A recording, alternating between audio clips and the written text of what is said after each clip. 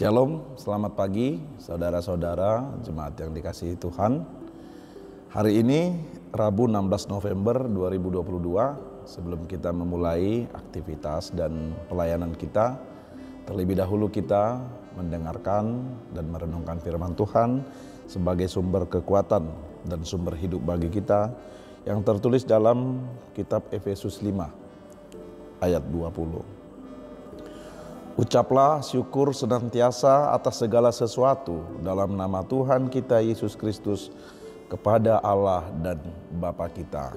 Demikian firman Tuhan.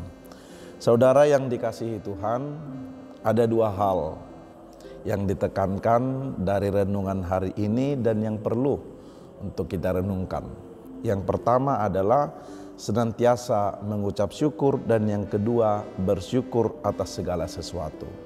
Saudara yang dikasihi Tuhan, senantiasa mengucap syukur itu menekankan bahwa ucapan syukur atau bersyukur itu tidak temporal, tidak sesewaktu, tidak mengenal waktu, atau hanya pagi atau hanya malam, tetapi senantiasa bersyukur adalah mengajak kita dan menekankan kepada kita bahwa bersyukur itu kita lakukan dari hati kita senantiasa setiap waktu.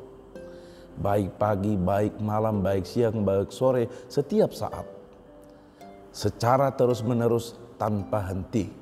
Bukan hanya saja di bulan November, tetapi juga di setiap bulan, setiap hari, dan sepanjang waktu. Itu yang dimaksud dengan bersyukur senantiasa.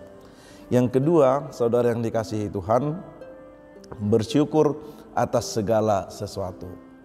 Bersyukur atas segala sesuatu artinya bahwa segala sesuatu yang terjadi dalam hidup kita harus kita syukuri.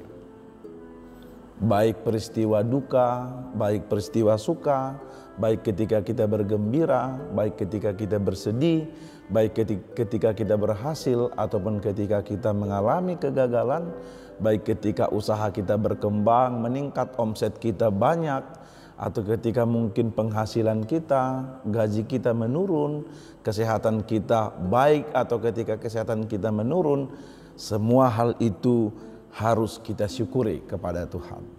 Mengapa demikian? Mengapa menjadi penting untuk bersyukur senantiasa dan mengucap syukur dalam segala sesuatu?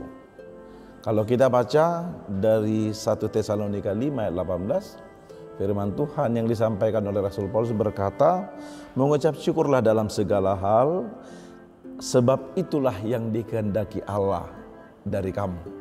Artinya mengucap syukur itu adalah kehendak Allah. Bukan hanya kemauan kita. Bukan hanya ketika kita suka, ketika kita mau.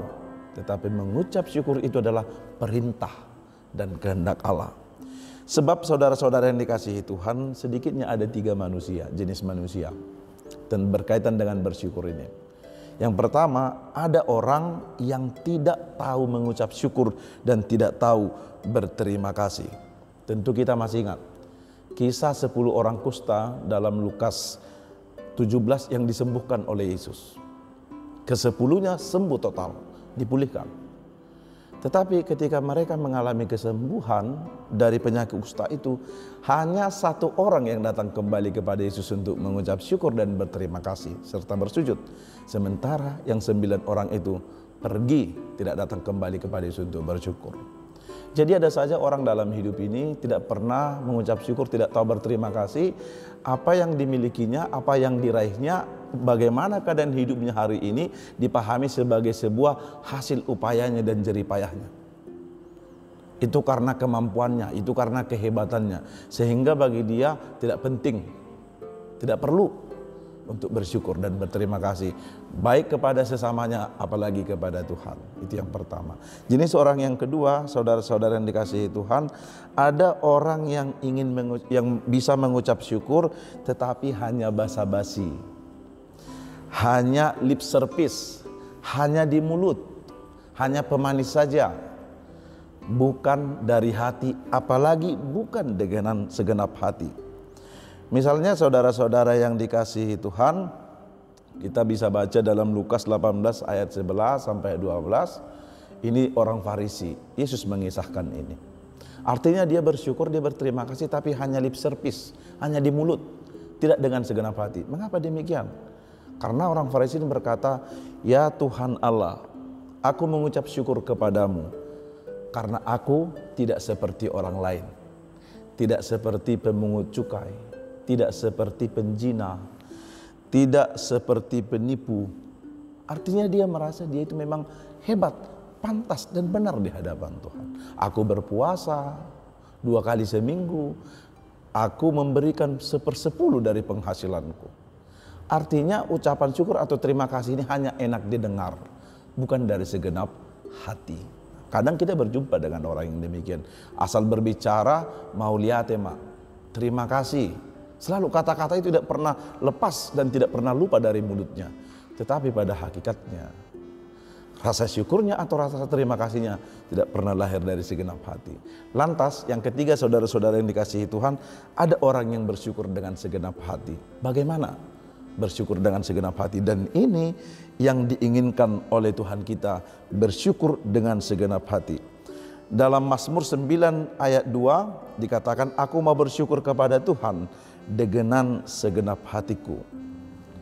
Bersyukur dengan segenap hati artinya kita percaya bahwa tangan Tuhanlah, bahwa kuasa Tuhanlah yang memungkinkan, yang memampukan kita sampai saat ini, kalau kita ada sampai sekarang ini.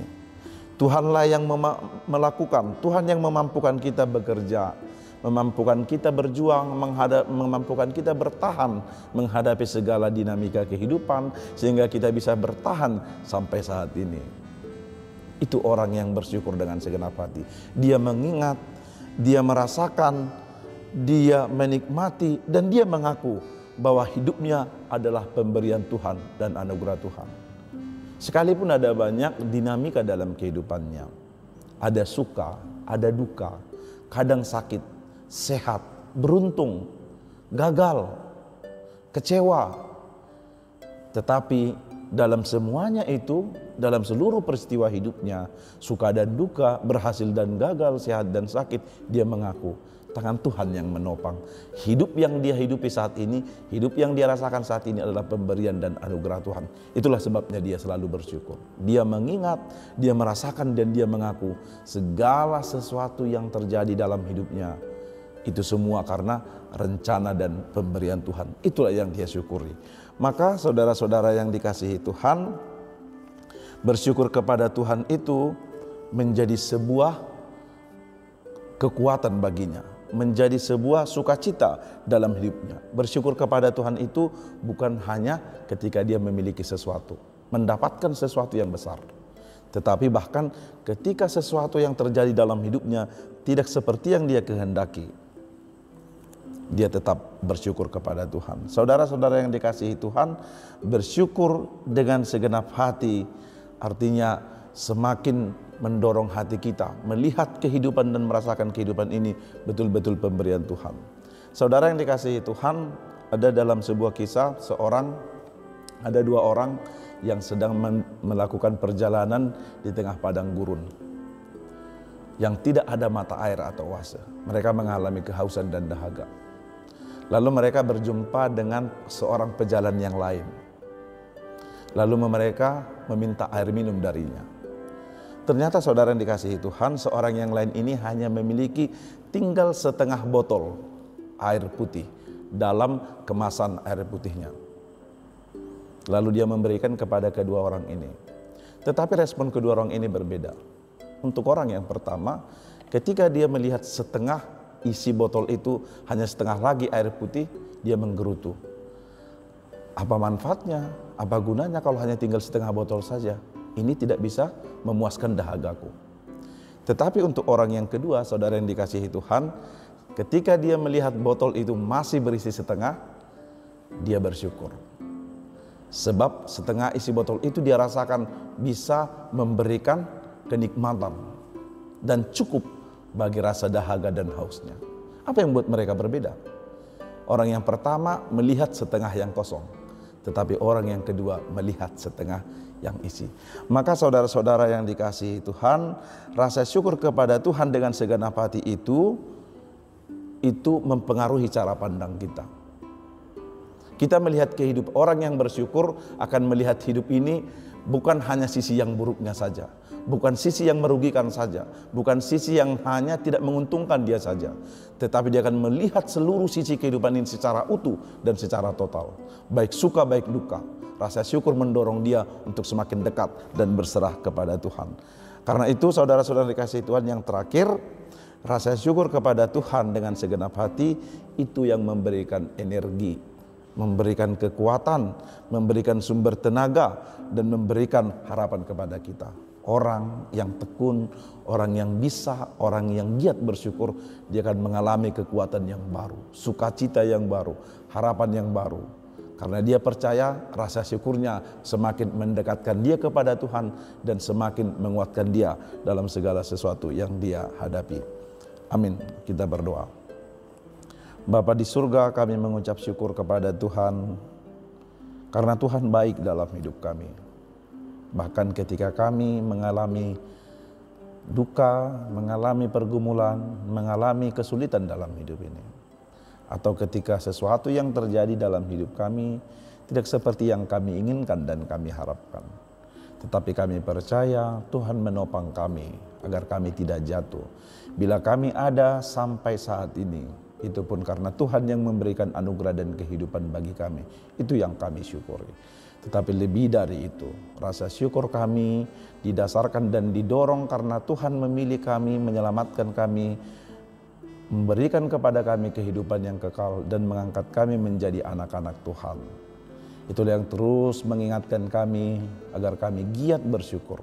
Sekalipun di tengah-tengah perjalanan hidup kami ada suka, ada duka, ada keberhasilan, ada kegagalan, ada kesehatan, ada sakit, ada kegembiraan, ada pula kesedihan, ada kepuasan, ada pula kekecewaan. Tetapi semuanya itu kami rasakan dan kami nikmati karena Tuhan sangat mengasihi kami dan Tuhan mau membentuk dan memproses hidup kami agar kami menjadi pribadi-pribadi yang selalu bersyukur kepada Tuhan. Bapa yang baik, kami serahkan hidup kami untuk satu hari ini ke dalam tangan pengasihan Tuhan. Tuhan yang pimpin kami, hati, jiwa, pikiran kami ketika kami melaksanakan pekerjaan kami, baik di rumah, di kantor, di sekolah, di perjalanan, di usaha kami, terlebih di gerejamu. Tuhan yang memimpin kami agar seluruh yang kami kerjakan dan kami perbuat benar-benar berkenan di hadapan Tuhan. Kami memohon belas kasihan Tuhan dan kemurahan Tuhan untuk setiap yang kami butuhkan dan perlukan hari ini. Kiranya Tuhan bermurah hati mencukupkannya. Tuhan memberkati seluruh saudara kami, jemaat-Mu di HKBP Limo ini, keluarga lepas keluarga, bahkan pribadi lepas pribadi, dan juga saudara-saudara kami yang mendengarkan dan merenungkan firman-Mu dari renungan Logos ini. Berkati Tuhan perjalanan hidup kami satu hari ini, kami melangkah dan bekerja bersama-sama dengan Tuhan. Dalam Yesus Kristus kami berdoa dan mengucap syukur. Amin. Demikian renungan untuk hari ini. Kami dari HKBP Limo menyampaikan selamat pagi, selamat beraktivitas bagi kita semua. Tuhan Yesus memberkati. Horas.